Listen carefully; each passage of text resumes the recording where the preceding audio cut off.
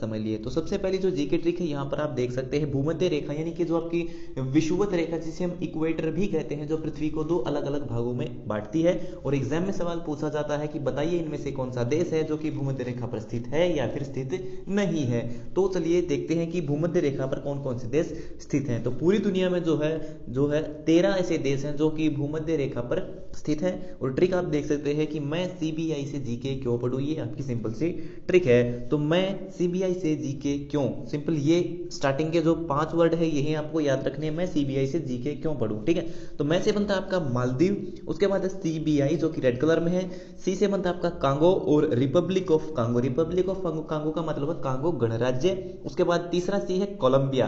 अब आप कैसे याद करेंगे कि सी से 3 देश आते हैं, देखिए सी जो लेटर है वो अंग्रेजी अल्फाबेट का तीसरा लेटर है, तो और तीसरा लेटर यानी कि इस पर जो है 3 देश टिके हुए हैं, कौन कौन से, कांगो, रिपब्लिक ऑफ कांगो और कोलंबिया, 3 देशों से होकर विषुवत रेखा गुजरती है। उसके बाद है सीबीआई, बी का मतलब है ब्राजील और आई का मतलब है इंडोनेशिया। उसके बाद आता है आपका से, ठीक है, सीबीआई से जीके क्यों पढ़ूं, एसई का मतलब क्या है, एसई का मतलब होता है यहाँ पर आप देख सकते हैं सोमालिया और साउटोम। एक है सोमालिया देश, और सोमालिया वही देश है जहां पर जो है समुद्री लुटेरे डाकू होते हैं। उसके बाद है साउटोम या फिर प्रिंसिप, ये साउटोम और प्रिंसिप दोनों एक ही देश के नाम है, मिलते जुलते हैं। तो यहाँ पर जो है आप इनमें से किसी भी एक देश को याद कर सकते हैं, साउटोम या फिर प्रिंसिप। उसके बाद आता है से का मतलब होता है ई से इक्वाडोर। उसके बाद जी के का मतलब है गैबन और कीनिया और किरिबती, जी से बनता है आपका गैबन देश। उसके बाद है के का मतलब है, के से बनते हैं आपके 2 देश, कीनिया और किरिबती। और क्यू में आप देख सकते हैं यू है, यू मीन युगांडा जो कि अफ्रीका में है। आप चाहें तो इसका स्क्रीनशॉट भी ले सकते हैं, मैं इसको जो है थोड़ा छोटा कर देता हूं स्क्रीन में ताकि आप इसका स्क्रीनशॉट ले सकें। हमारी दूसरी ट्रिक है सूर्य से बढ़ती दूरी के अनुसार ग्रहों को क्रम में याद करने की ट्रिक, यानी कि सूर्य से सबसे पहले कौन सा ग्रह है, उसके बाद दूसरा कौन सा ग्रह और तीसरे नंबर पर कौन सा ग्रह, इस तरह का सवाल भी एग्जाम में पूछा जाता है।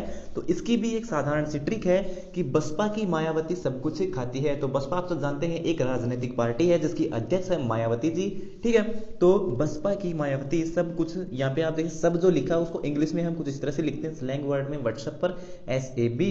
तो बसपा की मायावती सब कुछ खाते हैं, हालांकि सभी नेता सब कुछ खाते हैं, ठीक है। तो बसपा को जब हम डिकोड करेंगे तो आप देख सकते हैं बुध, शुक्र और पृथ्वी।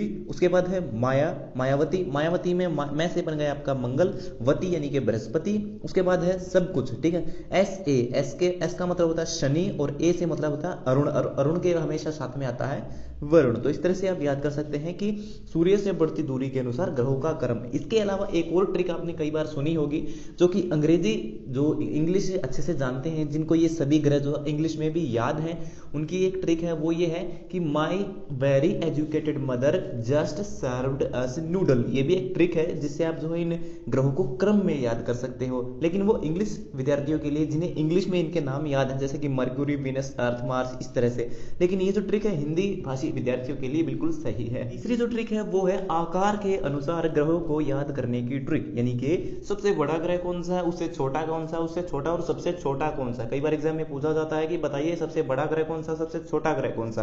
या फिर कई बार कंपेयर करके भी पूछा जाता है कि पृथ्वी से छोटा ग्रह कौन सा या फिर पृथ्वी से बड़ा ग्रह कौन सा। इस तरह से भी सवाल एग्जाम में पूछा जाता है। तो ट्रिक आप देख सकते हैं कि अब पशु मांगे दूध।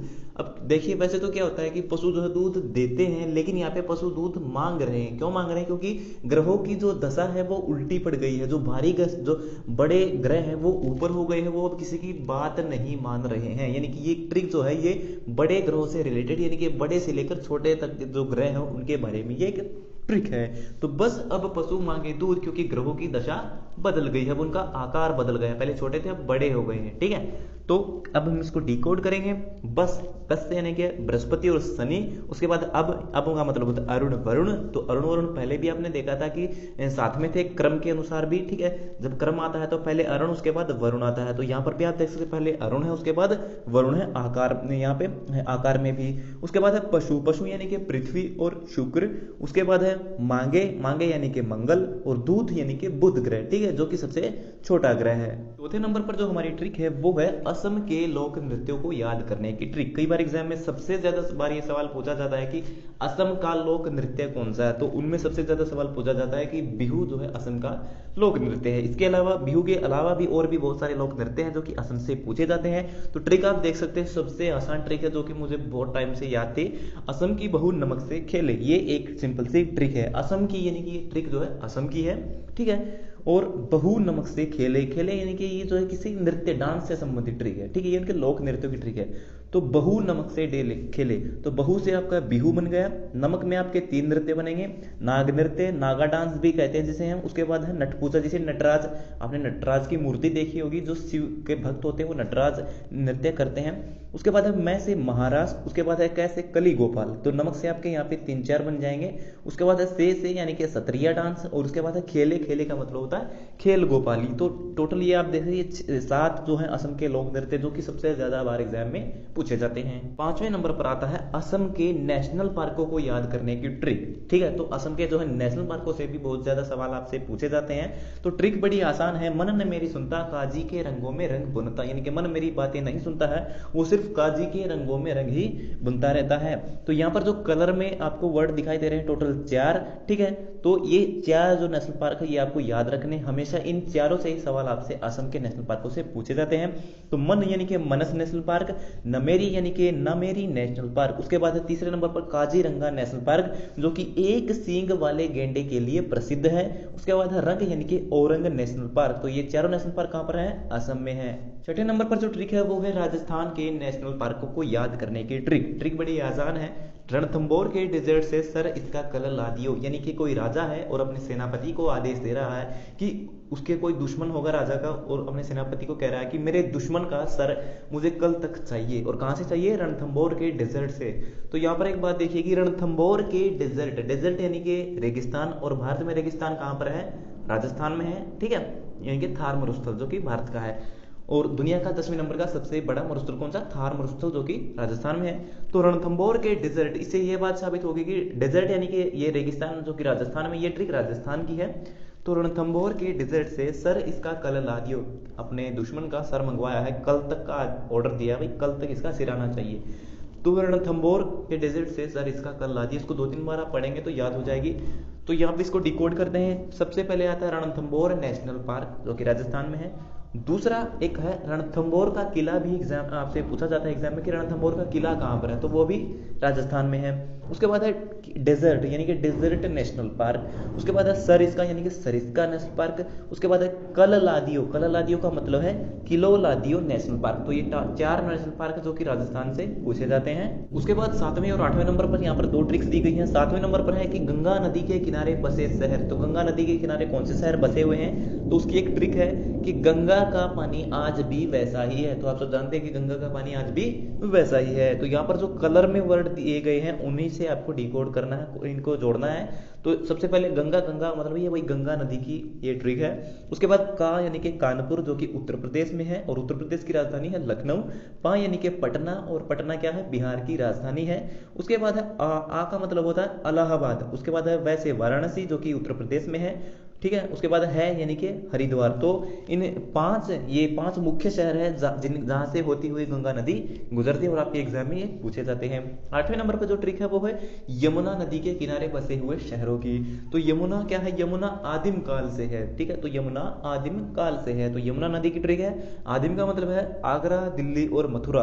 तो इन 3 मुख्य जगह हैं जहां से होती हुई जो यमुना नदी बहती है। 9वें नंबर पर जो ट्रिक है वो है हड़प्पा सभ्यता से संबंधित धातुओं की, यानी कि हड़प्पा सभ्यता के जो निवासी थे वो इन धातुओं से परिचित थे, यानी कि किन किन धातुओं के बारे में वो जानते थे उसके बारे में ये ट्रिक है।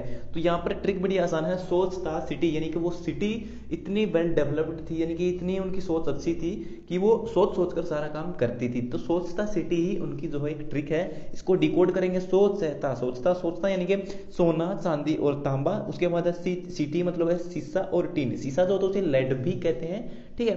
तो ये 5 धातुएं थी जिनसे जो है वो परिचित थे। और यहाँ पर एक और बात नीचे लिखी हुई स्मरणीय तथ्य, यानी कि याद करने लायक जो बात वो है कि सबसे पहली मिश्र धातु कौन सी थी? तो वो थी कांसा। और कांसा कैसे बनता है? कांसा जो है टीन और तांबा जो धातु है इनका मिश्रण होता है। 10वें नंबर पर जो हमारी ट्रिक है वो है अकबर के शासनकाल के नवरत्नों को याद करने की ट्रिक, यानी कि अकबर के दरबार में कौन कौन से नवरत्न थे। तो एग्जाम में सवाल पूछा जाता है कि बताइए इनमें से कौन कौन नवरत्न थे या फिर कौन नवरत्न नहीं था। तो इस तरह से सवाल पूछा जाता है।